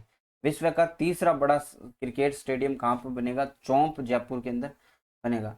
और तीसरा बड़ा स्टेडियम होगा ये 5 फरवरी 2022 का शिलान्यास किया जाएगा। विश्व का सबसे बड़ा स्टेडियम जो है पहला वो अहमदाबाद और दूसरा कौन सा है? मेलबर्न का है। तीसरा कहाँ पे होगा? राजस्थान के। अभी राजस्थान के अंदर स्थित क्रिकेट स्टेडियम कौन से? SMS स्टेडियम है, बरकुत बरकतुल्ला खां स्टेडियम जोधपुर के अंदर है, उदयपुर में बन रहा है स्टेडियम और चौंप जयपुर में बन रहा है स्टेडियम। तो 4 स्टेडियम हमारे हैं। बावलियान वाला चौकी जैसलमेर, पंजाब स्थित बागा यानी अटारी बॉर्डर की तर्ज पर अब राजस्थान के जैसलमेर स्थित तनोट माता मंदिर से 20 किलोमीटर दूर अंतर्राष्ट्रीय सीमा बावलियान वाली चौकी पर भी बीटिंग रिट्रीट सेरेमनी आयोजित की जाएगी। यह देश की छठी बॉर्डर रिट्रीट सेरेमनी होगी। अभी तक इस परेड के लिए पाकिस्तान ने स्वीकृति नहीं दी है, इसलिए अभी सीमा के उस पार पाक सैनिक शामिल नहीं हो पाएंगे, है ना। नेक्स्ट देखिए, दो देशों के बीच मध्य आपसी भाईचारा और सहयोग विकसित करने के लिए उद्देश्य से बॉर्डर सेरेमनी की शुरुआत कब हुई? 1959 में हुई। बीएसएफ ने यहाँ 2000 व्यक्तियों की क्षमता वाला स्टेडियम बनाया। पर्यटकों को देखते हुए फिलहाल सप्तांत में इस सेरेमनी का आयोजन किया जाएगा जो आने वाले समय में प्रतिदिन हो सकेगी। यह सेरेमनी फरवरी 2022 में शुरू की जाएगी। केवल बीएसएफ जवान ही भाग लेंगे। स्टेडियम के सामने एक भव्य म्यूजियम बनाया जा रहा है जो बीएसएफ की हिस्ट्री यानी 1965 से 71 के युद्धों की वीर गाथाएं व इतिहास को दर्शाएगी। यहाँ हथियारों की प्रदर्शनी भी लगाई जाएगी। वहाँ 30 फुट ऊंचा एक वाच टावर भी बनाया जाएगा जिस पर चढ़कर सैलानी व आमजन सीमा पार का नजारा देख सकते हैं। बावलियान चौकी के अलावा बीकानेर स्थित सांचू और खाजूवाला सीमा चौकी का भी बॉर्डर टूरिज्म के लिए विकसित किया जाएगा। केंद्र सरकार की पीएम वाणी फ्री इंटरनेट योजना का शुभारंभ प्रतापगढ़ राजस्थान में हुआ। 28 जनवरी 2022 को केंद्र सरकार की पीएम वाणी योजना का शुभारंभ राजस्थान में प्रतापगढ़ जिले में हुआ। अब इस योजना में अब वाईफाई के जरिए निःशुल्क इंटरनेट डेटा मिल सकेगा। यह मोबाइल की सुविधा नहीं थी। जब मोबाइल की सुविधा नहीं थी उस समय किसी चौराहे पर टेलीफोन बूथ बनाए जाते थे। अब ऐसे ही वाईफाई की सेवा देने के लिए पीडीओ पब्लिक डाटा ऑफिस बनाए जाएंगे। जिले में दूरसंचार विभाग जयपुर, सी डॉट दिल्ली व डाटा एयर प्रतापगढ़ के संयुक्त तत्वाधान में 75 पीडीओ पब्लिक डाटा ऑफिस का शुभारंभ किया। पीएम वाणी का पूरा नाम है प्रधानमंत्री वाईफाई एक्सेस इंटरफेस। मौसम केंद्र जयपुर, जयपुर स्थित मौसम केंद्र का मौसम के सटीक पूर्वानुमान के लिए भारत के सर्वश्रेष्ठ मौसम केंद्र का पुरस्कार प्रदान किया गया। यह पुरस्कार 14 जनवरी 2022 को भारत मौसम विभाग के 147वें स्थापना दिवस के ऊपर दिल्ली में आयोजित वर्चुअल कार्यक्रम में इसको प्रदान किया गया। अब आगे हम इसके अंदर पर्यावरण को पढ़ने वाले, पर्यावरण की सारी चीजें क्या क्या रहती है, चलिए शुरू करते हैं। तो हम आगे बढ़ते हैं। सरकारी योजनाओं से पहले हमें राजस्थान के अंदर पर्यावरण की जो चीजें हैं उनको हम देख लेते हैं थोड़ा सा। Dynamic ground water resource of Rajasthan 2020 की रिपोर्ट के अनुसार राज्य का कुल वार्षिक भूजल जो रिचार्ज है वो कितना है? 12.24 BCM है। वार्षिक निकालने योग्य भूजल संसाधन कितना है? 11.07 BCM है। राज्य का वार्षिक भूजल निष्कर्षण कितना है? 16.63 BCM है। भूजल निष्कर्षण का चरण 150.2% है। अब इसके अंदर आपसे जो डेटा है वो ज़्यादा नहीं पूछता तो इसको हम स्किप करेंगे बिकॉज ये पुराना भी है, 2020 से की रिपोर्ट आई हुई है, तो हम इसको स्किप कर सकते हैं बेसिकली, और जो भी पढ़ना चाहे वो PDF से पढ़ सकता है। अब हम बात करते हैं सरकारी योजनाओं की। पहली, IM शक्ति उड़ान योजना का शुभारंभ। राजस्थान में अशोक गहलोत सरकार के कार्यकाल में 3 वर्ष पूर्ण होने के उपलक्ष्य में 19 दिसंबर 2021 को राज्य सरकार की ओर से प्रदेश की समस्त महिलाओं को बेहतर स्वास्थ्य और व्यक्तिगत शारीरिक स्वच्छता के प्रति जागरूक करने के लिए और विभिन्न रोगों के बचाव के लिए महत्वाकांक्षी IM शक्ति उड़ान योजना का शुभारंभ किया गया था। योजना के तहत विद्यालय, कॉलेज व आंगनबाड़ी केंद्रों द्वारा के जरिए चरणबद्ध रूप से सैनिटरी नैपकिन की निःशुल्क वितरण किया जाएगा। ठीक है। अब यहाँ पे देखिए, महिला एवं बाल विकास विभाग द्वारा संचालित इस योजना में 200 करोड़ रुपए का बजट का प्रावधान किया गया है। ठीक है, पहली चीज तो ये होगी। एंड दूसरी चीज क्या है, इस योजना के तहत ग्रामीण क्षेत्रों में 282 ब्लॉक पर, प्रत्येक ब्लॉक पर 5 चिन्हित आंगनबाड़ी केंद्रों पर 10 से 45 वर्ष तक की आयु की प्रत्येक किशोरी और जो महिला है उन लाभार्थी को प्रति माह कितने 12 सैनिटरी जो नैपकिन है वो निःशुल्क आपका वितरण किया जाएगा। राजस्थान की लगभग 1.2 करोड़ महिलाओं को इस योजना का लाभ मुहैया करवाया जाएगा। तो आईएम शक्ति उड़ान योजना, ध्यान रखिएगा 19 दिसंबर 2021, अशोक गहलोत, 200 करोड़ रुपए का बजट और हर ब्लॉक पे आपको कितना 12 सैनिटरी नैपकिन निःशुल्क वितरण। नेक्स्ट है जागृति बैक टू वर्क। शादी के बाद घर परिवार संभालने एवं अन्य कारणों से कामकाजी महिलाओं को कई बार जॉब छोड़ना पड़ता है और नौकरी छोड़ने वाली इन महिलाओं को निजी क्षेत्र के सहयोग से फिर से जॉब दिलाने या वर्क फ्रॉम होम का अवसर उपलब्ध कराने के लिए राज्य सरकार ने कौन सी जागृति बैक टू वर्क योजना लेकर आई है। मुख्यमंत्री श्री अशोक गहलोत ने इसकी मंजूरी दी। इस योजना में क्या है, इस योजना में आगामी 3 वर्षों में 15,000 महिलाओं को निजी क्षेत्र के सहयोग से फिर से जॉब दिलाने का लक्ष्य रखा गया है। विधवा, परित्यक्ता, तलाकशुदा, हिंसा से पीड़ित महिलाओं को इसमें क्या दी जाएगी, प्रायोरिटी दी जाएगी, प्राथमिकता दी जाएगी। जो महिलाएं कार्यस्थल पर जाने में सक्षम नहीं है उन्हें वर्क फ्रॉम होम का क्या है अवसर उपलब्ध कराया जाएगा। रोजगार से जुड़ने की इच्छुक महिलाओं को महिला अधिकारिता निदेशालय व CSR संस्था के माध्यम से रोजगार उपलब्ध कराया जाएगा, जिसके लिए सिंगल विंडो सिस्टम की सुविधा की गई है। इसके अलावा RKCL के माध्यम से क्या दिया जाएगा, स्किल ट्रेनिंग दी जाएगी। ठीक है। पायलट प्रोजेक्ट के रूप में योजना की क्रियान्वयन के लिए सहयोगी संस्थाएं CSR के संस्था के पोर्टल पर अथवा एप्लीकेशन सॉफ्टवेयर पर लक्षित श्रेणी महिलाओं से क्या लिए जाएंगे, आवेदन लिए जाएंगे। ऑनलाइन पोर्टल पर रजिस्टर्ड महिलाओं को श्रेणीवार डेटाबेस के आधार पर निजी क्षेत्र में रोजगार को जोड़ने के लिए CSR संस्थाओं द्वारा किया जाएगा। आवश्यकता होने पर CSR संस्था द्वारा ऑनलाइन पोर्टल पर रजिस्टर्ड लक्षित श्रेणी की महिलाओं को रीस्किलिंग या फिर अपस्किलिंग करने हेतु प्रशिक्षण भी दिया जाएगा। इसका अपडेटेशन किस पे मिलेगा, पोर्टल पर मिलेगा। योजना के प्रभावी क्रियान्वयन के लिए मॉनिटरिंग कमेटी का गठन भी किया गया है।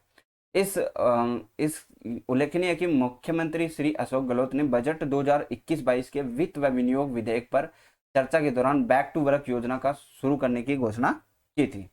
नेक्स्ट हम बढ़ते हैं चिरंजीवी स्वास्थ्य बीमा योजना। मुख्यमंत्री चिरंजीवी स्वास्थ्य बीमा योजना पैकेज 2.2 में 15 नए हेल्थ बेनिफिट पैकेज जोड़े गए हैं, ऐड किए गए हैं। मुख्यमंत्री श्री अशोक गहलोत ने मुख्यमंत्री चिरंजीवी स्वास्थ्य बीमा योजना में हेल्थ बेनिफिट पैकेजों की दरों को अधिक तर्कसंगत बनाए जाने के उद्देश्य से हेल्थ बेनिफिट के जो पैकेज है उनके अंदर वृद्धि की मंजूरी दी है। इस निर्णय के लिए प्रदेश में अधिक संख्या में बड़े व निजी अस्पतालों को इसे जोड़ा जाएगा। इसके साथ ही 2.2 के तहत नए 15 पैकेज इसमें ऐड किए जाएंगे जो कि जटिल बीमारियों से रिलेटेड है। निःशुल्क उपचार जो है उनका संभव हो पाएगा। उल्लेखनीय है कि प्रदेशवासियों को इलाज के खर्च से चिंता मुक्त करने के लिए 1 मई को इस योजना को शुरू किया गया था।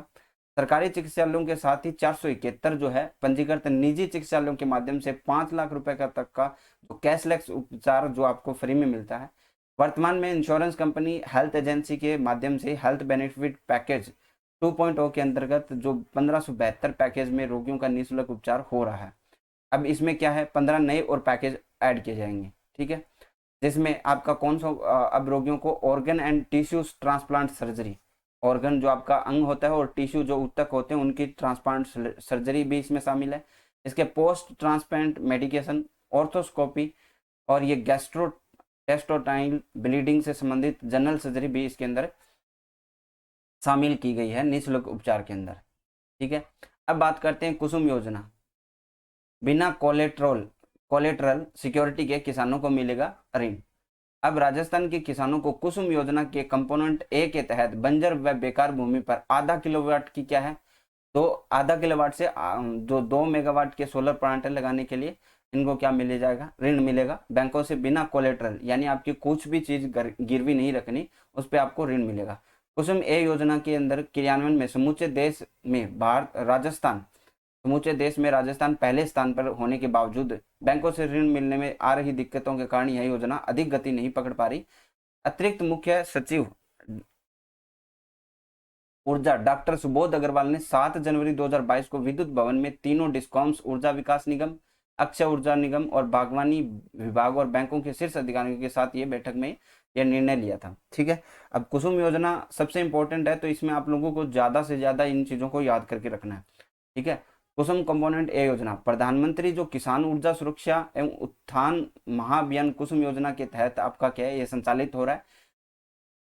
इसमें ए कंपोनेंट में राजस्थान में विद्युत वितरण निगमों को 33/11 केवी जो भी आपकी सब स्टेशन है उसके 5 किलोमीटर के दायरे में किसानों और विकासकर्ताओं की जो अगर बंजर व अनुपयोगी भूमि है उसमें आधा किलोवाट से लेकर 2 किलोवाट क्षमता तक का, कहाँ पे आधा किलोवाट से लेकर 2 मेगावाट, ठीक है मेगावाट है यहाँ पे, किलोवाट से बड़ा होता है मेगावाट, तो क्षमता के सोलर ऊर्जा संयंत्रों की स्थापना कर सकते हैं। इन सोलर संयंत्रों पर उत्पादित बिजली को 3 रुपये 14 पैसे की दर पर 25 साल तक खरीद की जाएगी। ठीक है, अभी उस जो मान लीजिए कि आपके पास कोई भी 33,000 या फिर 11,000 जो लाइन जाती है इलेक्ट्रिसिटी की, उसके सब स्टेशन के 5 किलोमीटर के दायरे में अगर आपका कोई भी बंजर जमीन है वहां पे आप क्या कर सकते हो, आधा किलोवाट से लेकर 2 मेगावाट तक की सोलर जो है संयंत्र स्थापित करवा सकते हो। अब उनसे जो बिजली बनेगी वो क्या करेगी, सरकार खरीदेगी 3 रुपये 14 पैसे की पर यूनिट के हिसाब से 25 साल तक। और ये प्लांट जो है पहले भी भालोजी के अंदर लग चुका है। आपको याद होना चाहिए कि वीडियो मेंस के अंदर ये वीडियो फिल्म्स के अंदर ये क्वेश्चन पूछा जा चुका है, तो इस चीज का ध्यान रखिएगा। इस हादसे को पीपीए हस्ताक्षरित किया जाता है जिसमें सोलर ऊर्जा उत्पादनकर्ता किसान की बिजली 25 साल तक की खरीद तक की व्यवस्था सुनिश्चित हो जाएगी। एस्क्रो व्यवस्था तहत बैंकों की ऋण की केसेस डिस्कॉम्स द्वारा सीधे बैंकों में काश्तकार जो है, जो किसान है उनके खातों में जमा होगी और शेष राशि जो है काश्तकार के खातों में जमा हो जाएगी। योजना का क्रियान्वयन राजस्थान अक्षय ऊर्जा निगम द्वारा किया जा रहा है। तो बहुत इंपॉर्टेंट योजना है। इसके अंदर मैं आप लोगों को प्लांट्स भी बताऊंगा जो भी अभी तक लग चुके हैं, और नेक्स्ट आगे जो मैं डिस्कशन करूंगा उसके बाद आपको बताऊंगा। संगन मिशन इंद्रधनुष 4.0 अभियान, इसमें क्या है, चिकित्सा व स्वास्थ्य विभाग की ओर से जयपुर जिले के में संगन मिशन इंद्रधनुष 4.0 टीकाकरण अभियान का संचालन किया जा रहा है जिसमें 0 से 2 वर्ष तक के बच्चों और गर्भवती महिलाओं का टीकाकरण किया जा रहा है।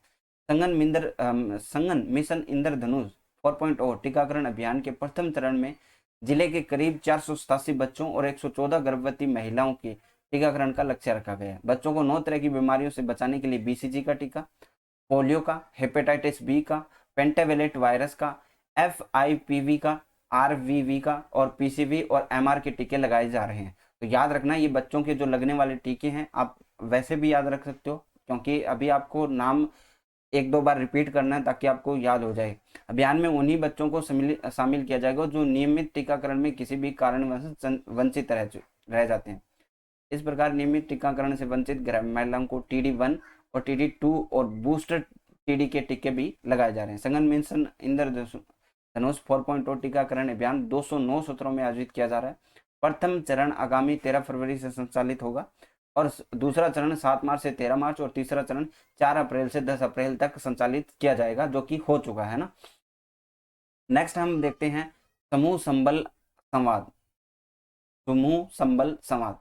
13 दिसंबर 2021 को ग्रामीण विकास व पंचायती राज विभाग की प्रमुख शासन सचिव श्रीमती अपर्णा अरोड़ा ने इंदिरा गांधी पंचायती राज संस्थान में राजीविका के अंतर्गत गठित स्वयं सहायता समूह को सुदृढ़ बनाने के लिए 1 दिवसीय कार्यशाला जो समूह संबल संवाद है उसको आयोजित किया था। यह कार्यशाला ग्राम संगठनों, क्लस्टर स्तरीय संगठनों, प्रस्तावित ब्लॉक व जिला स्तरों पर गठित किए जाने वाले संगठनों का सुदृढ़ करने, उनकी क्षमता का संवर्धन करने, उनकी उत्पादों को गुणवत्ता सुनिश्चित करने तथा मूल्य संवर्धन करने, उन्हें वर्तमान परिस्थितियों से प्रचलित बाजार से जोड़ने के उद्देश्य से आयोजित की गई। राजीविका की ब्रॉड एम्बेसडर श्रीमती रूमा देवी ने अपने अनुभव को साझा करते हुए महिलाओं को प्रेरित किया। अब नेक्स्ट है राजस्थान को जो नेशनल एनर्जी कंजर्वेशन का जो अवार्ड मिला उसके बारे में। 14 दिसंबर 2021 को नेशनल एनर्जी कंजर्वेशन दिवस के अवसर पर नई दिल्ली के विज्ञान भवन में आयोजित भव्य राष्ट्रीय सम्मान समारोह में ऊर्जा संरक्षण हेतु प्रशंसनीय कार्यों में विद्युत मंत्रालय भारत द्वारा राजस्थान को अक्षय जो राजस्थान सरकार का जो राजस्थान अक्षय ऊर्जा निगम का स्टेट परफॉर्मेंस अवार्ड है वो नेशनल एनर्जी कंजर्वेशन अवार्ड द्वितीय स्थान से सम्मानित किया। यहाँ पे केंद्रीय ऊर्जा मंत्री कौन है? आज श्री R.K. सिंह के हाथों से पुरस्कार राजस्थान के अक्षय ऊर्जा निगम के निदेशक श्री नरेंद्र सिंह निर्वाण को और अतिरिक्त आवेशीय आयुक्त श्री विमल शर्मा ने ग्रहण किया। ठीक है, इस चीज का ध्यान रखिएगा कि अवार्ड मिला है 14 दिसंबर 2021। अन्य प्रदेशों के राजस्थान की अनुकरणीय उपलब्धियों को देखते हुए स्टेट परफॉर्मेंस श्रेणी में राजस्थान अक्षय ऊर्जा निगम को यह पुरस्कार दिया गया। राजस्थान सौर ऊर्जा नीति 2019, राजस्थान पवन व हाइब्रिड नीति 2019, राजस्थान निवेश प्रोत्साहन योजना 2019 के क्रियान्वयन से राजस्थान में जो है नवीकरणीय ऊर्जा क्षेत्रों में निवेशकों का प्रमुख आकर्षण केंद्र बन गया है। मोस्ट इंपोर्टेंट पॉइंट है ये, आपका कभी भी पूछा जा सकता है एग्जाम में। देश के ऊर्जा क्षेत्रों के गुजरात, महाराष्ट्र, कर्नाटक, उत्तर प्रदेश, तमिलनाडु, मध्य प्रदेश, हरियाणा जैसे अधिक ऊर्जा उपभोग वाले राज्यों की श्रेणी में एनर्जी इफिशिएंसी के क्षेत्र में राजस्थान के कुशल प्रबंधन को देखते हुए इसका चयन किया गया। ठीक है, इस पुरस्कार के लिए इनको जो अवार्ड मिला है। ठीक है, अब बात करते हैं Rajasthan ethanol production promotion policy 2021 की मंजूरी मिली है। 15 दिसंबर 2021 को Rajasthan ethanol production promotion policy 2021 की कैबिनेट की मंजूरी मिल गई है। इसमें प्रदेश में इथेनॉल उत्पादन इकाइयों की स्थापना का प्रोत्साहन मिलेगा। इस नीति के तहत लगने वाले इथेनॉल उत्पादन इकाइयों को रिप्स 2019 के प्रावधानों के तहत इंसेंटिव दिया जाएगा। इसमें राज्य के भूजल सुरक्षित क्षेत्रों से ब्लॉक्स में इथेनॉल प्लांट नियमानुसार स्थापित होंगे, जिससे औद्योगिकरण का क्या है, बढ़ावा मिलेगा। ज्ञानदूत 2.0 आरंभ किया गया है। महाविद्यालय में अध्ययनरत विद्यार्थियों में विषय परक ज्ञानवर्धन, अकादमिक समस्या समाधान और उनके समय का रचनात्मक सदुपयोग सुनिश्चित करने के लिए ज्ञानदूत कार्यक्रम का दूसरा चरण ज्ञानदूत 2.0 आरंभ किया गया। इसके अंतर्गत दिसंबर के अंतिम सप्ताह में स्नातक व जो स्नातकोत्तर यानी आपका जो यूजी और पीजी है स्तर की ऑनलाइन कक्षाएं आयोजित करवाई जाएगी, जिनमें राजकीय महाविद्यालयों में कार्यरत संकाय के सदस्य पूर्णतः स्वैच्छिक आधार पर क्या करेंगे, व्याख्यान देंगे, अपने लेक्चर्स देंगे। ज्ञानदूत के इस दूसरे चरण में सफल 14 विषयों में ऑनलाइन कक्षाएं आरंभ करवाई जा रही है, जिनकी संख्या में विद्यार्थियों की मांग के अनुसार बढ़ोतरी की जाएगी। विषयवार अध्यापन व्यवस्था के लिए महाविद्यालयों के चयनों की प्रक्रिया पूर्ण कर ली गई है। इन कक्षाओं का समय 4 बजे से 7 बजे तक रहेगा। प्रत्येक विषय की सप्ताह में 3 दिन और प्रत्येक दिन 30 मिनट का समय दिया जाएगा। मांग अधिक होने पर इन कक्षाओं का क्या समय बढ़ाया जाएगा, जिसमें कला, विज्ञान, वाणिज्य शिक्षाओं का अलग अलग समय रहेगा। पहले की तरह ही कक्षाएं सभी राजकीय निजी महाविद्यालयों में पढ़ रहे अभ्यर्थियों के लिए निःशुल्क अवेलेबल रहेगी और रविवार को इसमें डाउट सॉल्विंग रहेगा। ठीक है, तो अब हम देखते हैं अलाभकारी संस्थाओं का विकास शुल्क व बीएसयूपी शेल्टर फंड राशि से किस प्रकार की छूट मिली है। 9 दिसंबर 2021 को मुख्यमंत्री श्री अशोक गहलोत ने सामाजिक सुरक्षा निवेश प्रोत्साहन योजना 2021 के तहत प्रदेश में पात्र अलाभकारी संस्थाएं जो चैरिटेबल ट्रस्ट वगैरह होते हैं उनके कार्यों व विशिष्ट प्रकृति के मद्देनजर विकास शुल्क व BSU basic services for urban poor shelter fund राशि से भी मुक्त रखने की मंजूरी प्रदान कर दी। श्री अशोक गहलोत के निर्देश पर नगरीय विकास विभाग ने इस संबंध से अधिसूचना भी जारी कर दी है। तो ये योजना लागू हो चुकी है। इसमें आपको ज़्यादा कुछ अवेलेबल नहीं करवाना, बस आपको पता होना चाहिए कौन सी योजनाएं लागू हुई है, बिकॉज आपको कहीं से भी कुछ भी पूछा जा सकता है, क्योंकि योजना विभाग में आपका जो है तो उसमें आपको योजनाएं कितनी भी पूछी जा सकती है। कोई भी योजना कभी भी किसी आधार पर पूछी जा सकती है, क्योंकि प्लानिंग डिपार्टमेंट से होकर निकलती है सारी योजनाएं। ठीक है, अब हम देखते हैं Dettol school hygiene education programme के तहत बच्चों में हाइजीन व स्वच्छता के प्रति जागरूकता हेतु डाबर सोसाइटी के साथ ओमियो देखिए 6 दिसंबर 2021 को शिक्षा संकुल में शिक्षा मंत्री डॉक्टर बी.डी. कल्ला की अध्यक्षता में आयोजित बैठक में समग्र शिक्षा के राज्य परियोजना निदेशक डॉक्टर भंवरलाल व रेकिट बेनकाइजर प्राइवेट लिमिटेड की प्रतिनिधि संस्था टाबर के प्रतिनिधि रमेश पालीवाल द्वारा स्कूल हाइजीन एजुकेशन प्रोग्राम के तहत ओमियो साइन किया गया। तो देखिए आपको ये याद रखना है, शिक्षा मंत्री और ये योजना भी याद रखनी है 6 दिसंबर 2021 को। इसमें देखिए होता क्या है, कोविड-19 जैसी बीमारियों से बचने हेतु Dettol school hygiene education programme के तहत प्रथम चरण में कार्यक्रम में टाबर सोसाइटी द्वारा 5 करोड़ 50 लाख की लागत से 2400 राजकीय महाविद्यालयों में चलाया जाएगा और बच्चों को खेल व अन्य रोचक गतिविधियों के माध्यम से सफाई का जो है महत्व समझाया जाएगा और शिक्षकों को भी प्रशिक्षित किया जाएगा। शैक्षणिक व सह शैक्षणिक गतिविधियों द्वारा बच्चों को स्वच्छता का अभ्यास करवाया जाएगा तथा स्वच्छता की कमी से होने वाले रोगों के प्रति जागरूकता भी दी जाएगी। राजस्थान पुलिस अकादमी को देश का श्रेष्ठ पुलिस प्रशिक्षण संस्थान का प्रमाण पत्र मिला है। राजस्थान पुलिस अकादमी देश का श्रेष्ठ पुलिस प्रशिक्षण संस्थान का प्रमाण पत्र दिया गया। तत्कालीन अतिरिक्त पुलिस महानिदेशक राजीव दोसात के नेतृत्व में राजपत्रित अधिकारी श्रेणी में वर्ष 2016-17 के लिए अकादमी को सर्वश्रेष्ठ माना गया। गृह मंत्री अमित शाह ने तत्कालीन निदेशक IPS दोसात के नाम से कमांडेशन सर्टिफिकेशन और डिस्क जारी की है। शिक्षा विभाग मंत्रालय और सहायक कर्मचारियों का 29वां सम्मान समारोह किया गया। 2 जनवरी 2022 को शिक्षा विभाग का 29वां राज्य स्तरीय शिक्षा विभाग मंत्रालय व सहायक कर्मचारियों को सम्मान समारोह पशु विज्ञान व पशु चिकित्सा विश्वविद्यालय के सभागार में आयोजित किया गया। कार्यक्रम के दौरान राज्य भर के 40 कार्मिकों को सम्मान किया गया। कार्मिकों की प्रशस्ति पत्र, स्मृति चिन्ह और 11,000 रुपए का चेक सम्मानित किया गया। राजस्थान में ग्रीन हाइड्रो एनर्जी को दिया जाएगा बढ़ावा। अब ये इंपॉर्टेंट है क्योंकि ये नई चीजें जो उभर के आ रही है, ग्रीन हाइड्रो एनर्जी, इनके ऊपर आपको ज्यादा फोकस करना है। राज्य में फॉसिल फ्यूल एनर्जी पर निर्भरता कम करने के लिए, तो आपका फॉसिल फ्यूल एनर्जी है उसको कम करने के लिए ग्रीन हाइड्रो एनर्जी की जो पॉलिसीज है उनको फॉलो अप कर रहे हैं। पूरे देश में ये लागू हो चुकी है, लेकिन हमारा राजस्थान कहाँ पे स्टैंड करता है वो हमें देखना है।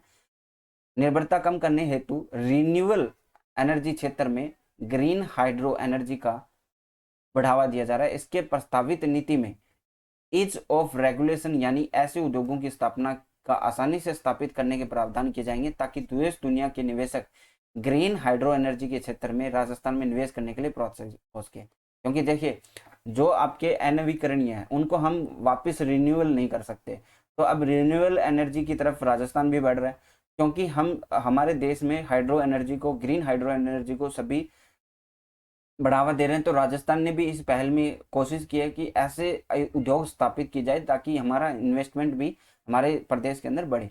राजस्थान में ग्रीन हाइड्रो एनर्जी की विपुल संभावनाएं हैं। पश्चिमी राजस्थान के बाड़मेर, जैसलमेर, जोधपुर और बीकानेर आदि जिलों के साथ कोटा, बारां, बांसवाड़ा सहित अनेक जिलों में इस तरह के प्लांट लगाए जा सकते हैं। तो ये आपको स्टेट भी जिले भी ध्यान रखना है क्योंकि बाद में अगर आपसे क्वेश्चन बनेगा ज्योग्राफी के अंदर भी, है ना, तो उसमें आपको दिक्कत नहीं आती। ग्रीन हाइड्रो प्लांट्स में इलेक्ट्रोट्राइलिस करके हाइड्रोजन और ऑक्सीजन को अलग अलग किया जाता है।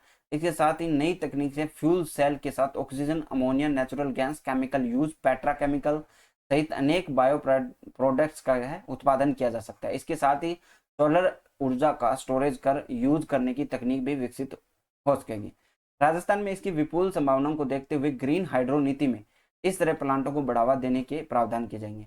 राज्य में ग्रीन हाइड्रो को प्रमोट करने में रिन्यूएबल एनर्जी से भी एक कदम आगे आ सकेगा। इस नीति से कार्बन फुटप्रिंट के प्रभाव में भी कमी लाने में सहायता मिलेगी। प्रदेश में इस तरह के प्लांट लगाने से उद्योगों, अस्पतालों के लिए ऑक्सीजन भी विपुल मात्रा में सहज उपलब्ध कराई जाएगी। नेपाल के ऑफिसर्स ने समझी प्रदेश की सड़क सुरक्षा प्रणाली। 11 जनवरी 2022 को एशियन डेवलपमेंट बैंक के project institutional strengthening of road safety and gender equality के तहत नेपाल से इंजीनियर्स, मेडिकल, ट्रांसपोर्ट ऑफिसर्स का 12 सदस्यीय दल जयपुर आया। दल ने परिवहन व सड़क सुरक्षा विभाग के मुख्यालय में सड़क सुरक्षा प्रकोष्ठ की कार्य प्रणाली समझी और नेपाल के ministry physical infrastructure and transport के डिपार्टमेंट ऑफ रोड्स के जरिए यह दल आया था और उन्होंने यहाँ के जो रोड सेफ्टी है उनके बारे में समझा। Rajasthan state agro and industries development board के गठन की मंजूरी मिली है। 19 जनवरी 2022 को मुख्यमंत्री श्री अशोक गहलोत की अध्यक्षता में वीडियो कॉन्फ्रेंस के जरिए कैबिनेट ने राज्य में कृषि विपणन तंत्र को मजबूत कर किसानों की आय बढ़ाने के उद्देश्य से Rajasthan state agro industries development के बोर्ड के गठन की मंजूरी दी है। यह बोर्ड किसानों की आय बढ़ाने और ठोस नीति बनाने व प्रभावी क्रियान्वयन के संबंध में सुझाव देगा। साथ ही प्रदेश के अधिकाधिक किसानों को एग्रो प्रोसेसिंग एवं मूल्य संवर्धन से जोड़ने की रूपरेखा तैयार करेगा।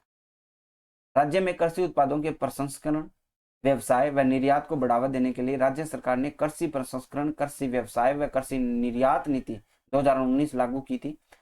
इस नीति के पश्चात राज्य में उत्पादित कृषि जैसे जीरा, धनिया, लहसुन, इसबगोल, अनार, खजूर, प्याज आदि के निर्यात को बढ़ावा देने, इनके अंतर्राष्ट्रीय स्तर पर पहचान सुनिश्चित करने की दिशा में बोर्ड का गठन राज्य सरकार का एक बड़ा कदम है, ताकि हमारे जो प्रोडक्ट्स हैं वो इंटरनेशनली भी वर्क करें।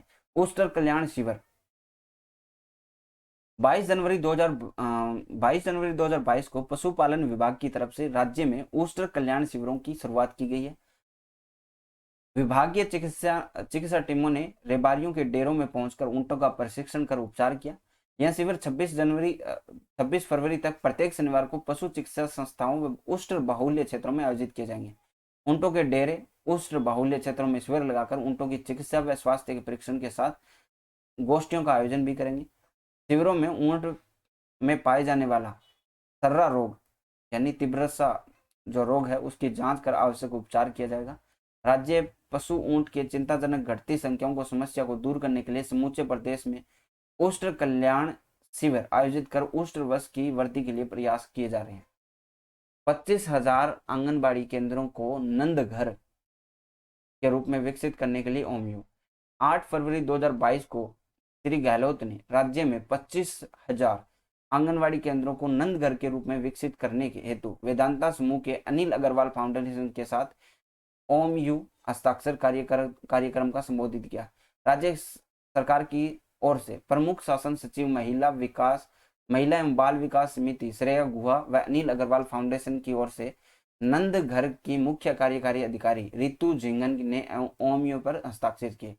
फाउंडेशन जो करीब 750 करोड़ रुपए प्रति आंगनवाड़ी के लिए 3 लाख रुपए व्यय कर 25,000 नंद घर विकसित करेगा। अनिल अग्रवाल फाउंडेशन के माध्यम से आंगनवाड़ी केंद्रों को नंद घर के रूप में विकसित होना एक बड़ा कदम है। इससे उन केंद्रों के बुनियादी ढांचों में सुधार होने के साथ ही गुणवत्तापूर्ण शिक्षा, पोषण और स्वास्थ्य सेवाएं उपलब्ध हो सकेगी, जिससे मातृ व शिशु मृत्यु दर को कम करने में मदद मिलेगी। राज्य में करीब 62,000 आंगनवाड़ी केंद्र संचालित है, जिनमें 6 तरह की सुविधाएं उपलब्ध कराई जा रही है। अब तक 13 जिलों में 1300 से अधिक आंगनवाड़ी केंद्र नंद घर के रूप में विकसित हो चुके हैं। राष्ट्रीय कृमि मुक्ति कार्यक्रम राष्ट्रीय कृमि मुक्ति कार्यक्रम के अंतर्गत प्रदेश के 1 से 19 वर्ष के 91% से ज्यादा बच्चों को कृमिनाशक एल्बाबेंडाजोल दवा खिलाई गई है। कृमि संक्रमण में बच्चों के शारीरिक विकास, हीमोग्लोबिन स्तर, पोषण स्तर और बौद्धिक विकास पर हानिकारक प्रभाव पड़ता है। और ये कृमि बच्चों के पेट में पड़ने वाले कीड़े होते हैं। ये जो कृमि होता है यानी ये जो कीड़ा है वो क्या है, बच्चों के पेट में होता है और ये बच्चों के विकास को हर तरह से प्रभावित करता है। कृमि के फैलाव को निश्चित समयांतराल पर कृमि मुक्त डीवार्मिंग पर रोका जा सकता है। अभियान के तहत एल्बेंडाजोल की गोली बच्चों, किशोरियों को कृमि मुक्त रखने के लिए राष्ट्रीय कृमि मुक्ति कार्यक्रम के दौरान राज्य के सभी उप स्वास्थ्य केंद्रों सहित आंगनवाड़ी केंद्रों और स्वास्थ्य केंद्रों पर खिलाई जाती है।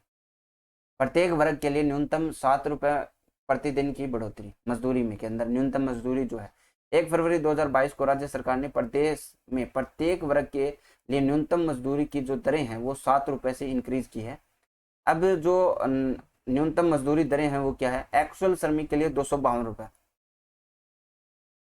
रुपए थी, उसके स्थान पर 259 रुपए हो गई है और ये 6,734 रुपए प्रति माह हो गई है। 259 है, याद रखना 260 के आसपास इस तरह याद करो आप।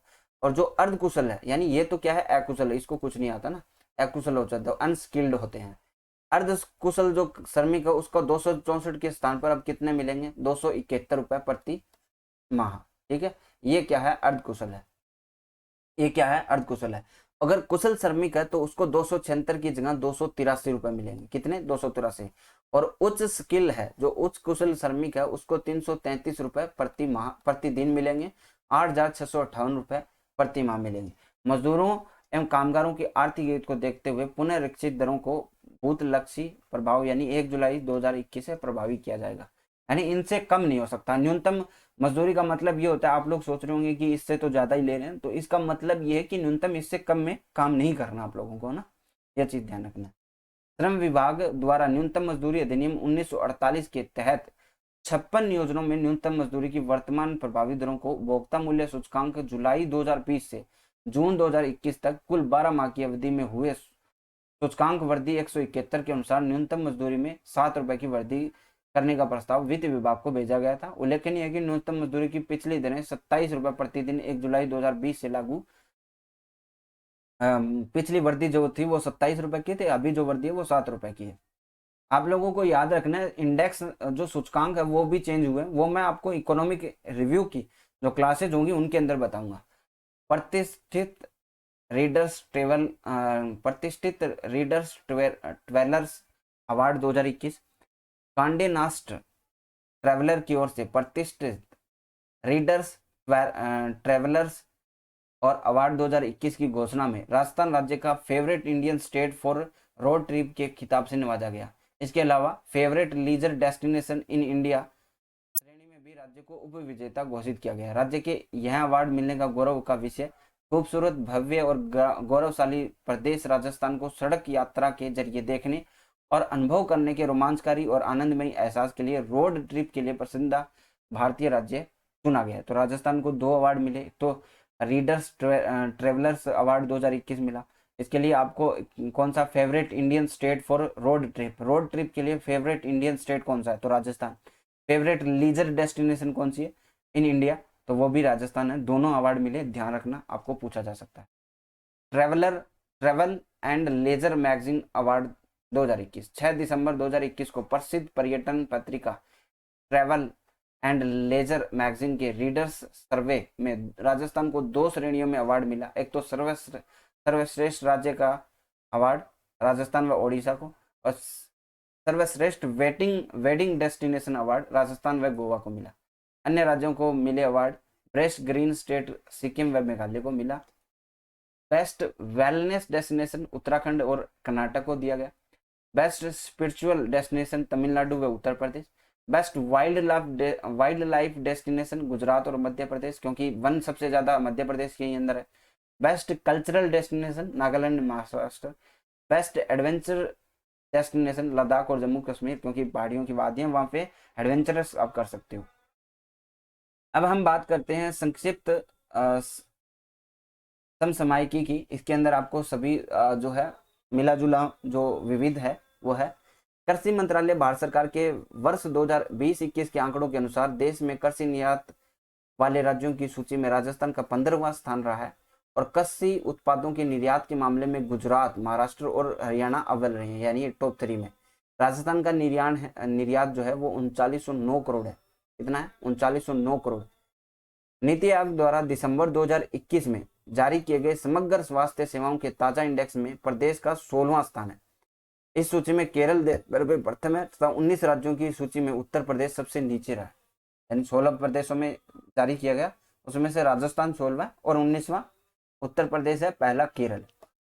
सोलर रूफटॉप राजस्थान तीसरे पायदान पर आ गया। अब तक 516 सोलर रूफटॉप संयंत्र स्थापित कर चुका है। तो सोलर में तो राजस्थान पहले से ही अव्वल है। सवाई मानसिंह अस्पताल के ट्रॉमा सेंटर स्थित capacity building and skill development centre में 10 फरवरी 2022 से बेसिक लाइफ सपोर्ट BLS प्रशिक्षण कार्यक्रम की शुरुआत हुई।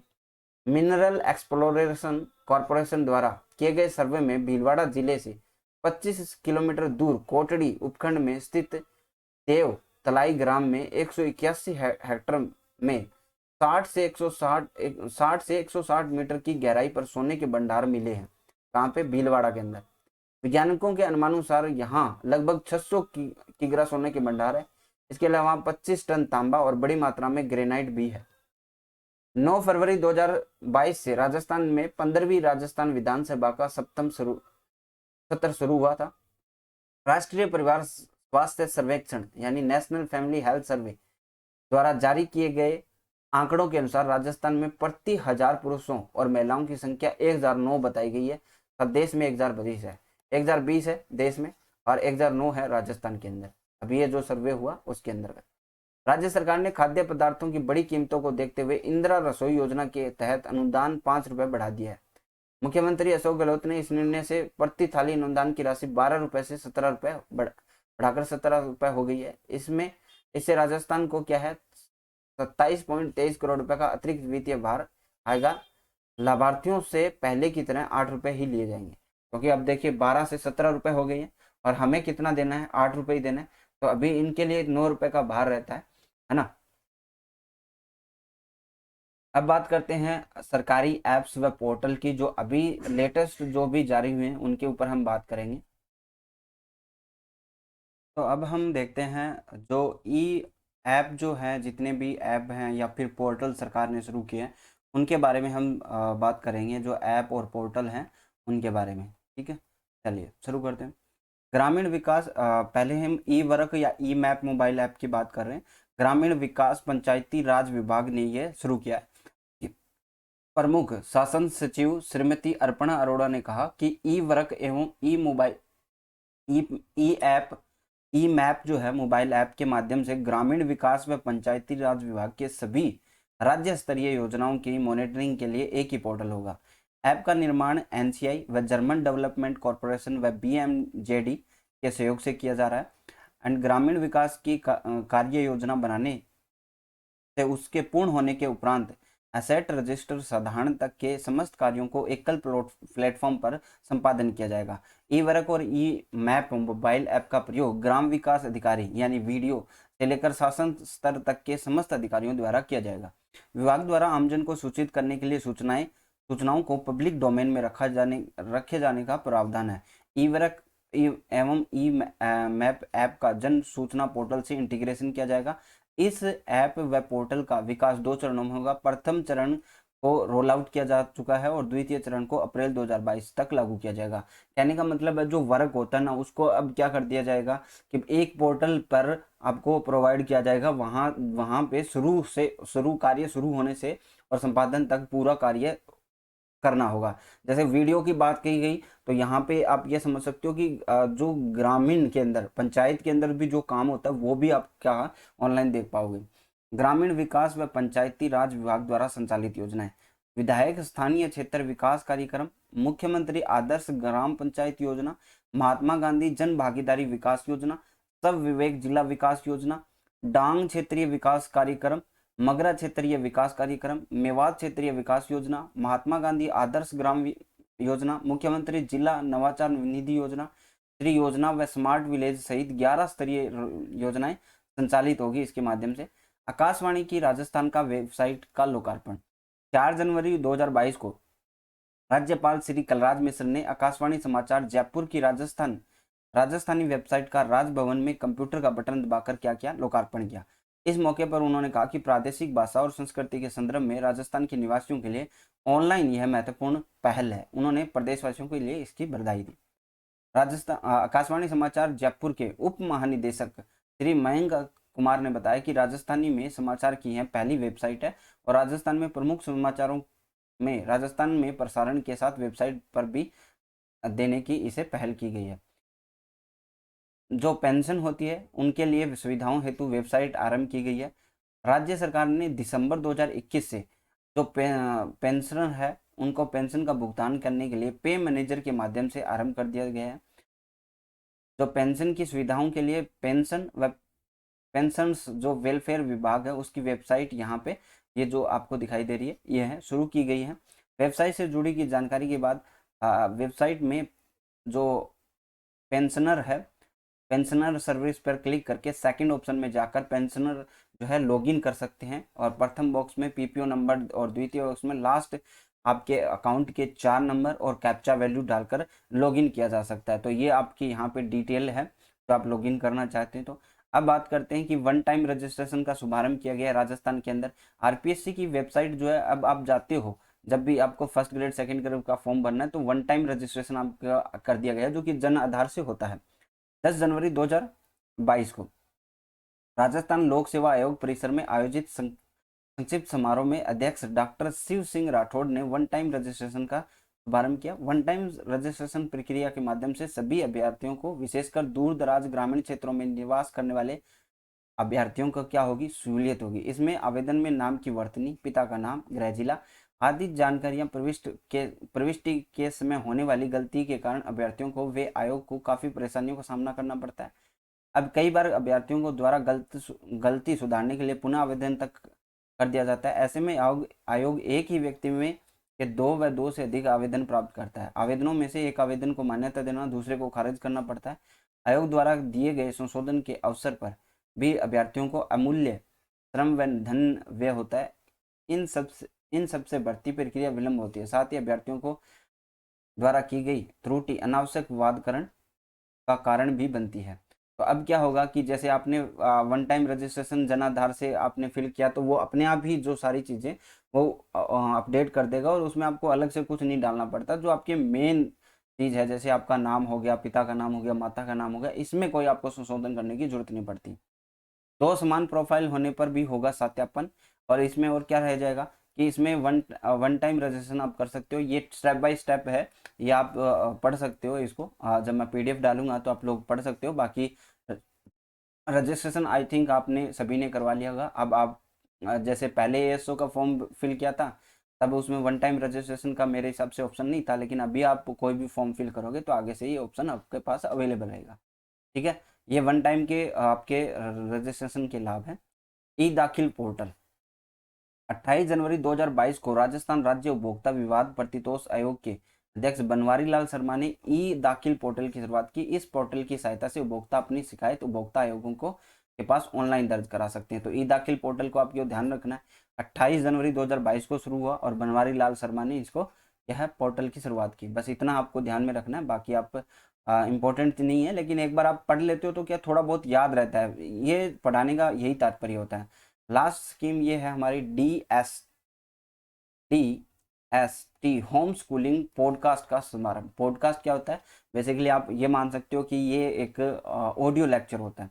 31 जनवरी 2022 को विज्ञान व प्रौद्योगिकी राज्य मंत्री श्रीमती जाहिदा खान द्वारा विज्ञान व प्रौद्योगिकी विभाग की इनोवेटिव कार्यक्रम DST होम स्कूलिंग पॉडकास्ट का ऑनलाइन शुभारंभ किया। तो सबसे इम्पोर्टेंट तो डेट रहती है, फिर किसने किया और ये जो डिपार्टमेंट कौन सा है, ये आप लोगों को ध्यान में रखना चाहिए, है ना।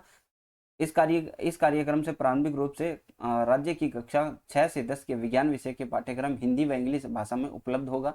इस कार्यक्रम के माध्यम से कक्षा 6 तक के विज्ञान के विषय का पाठ्यक्रम सरल भाषा में सुनिश्चित समय में पूर्ण कराया जाएगा। इसका कहने का मतलब यही है कि आप पॉडकास्ट पे आप सुन सकते हो, उसको विद्यार्थियों के लिए निःशुल्क रहेंगे।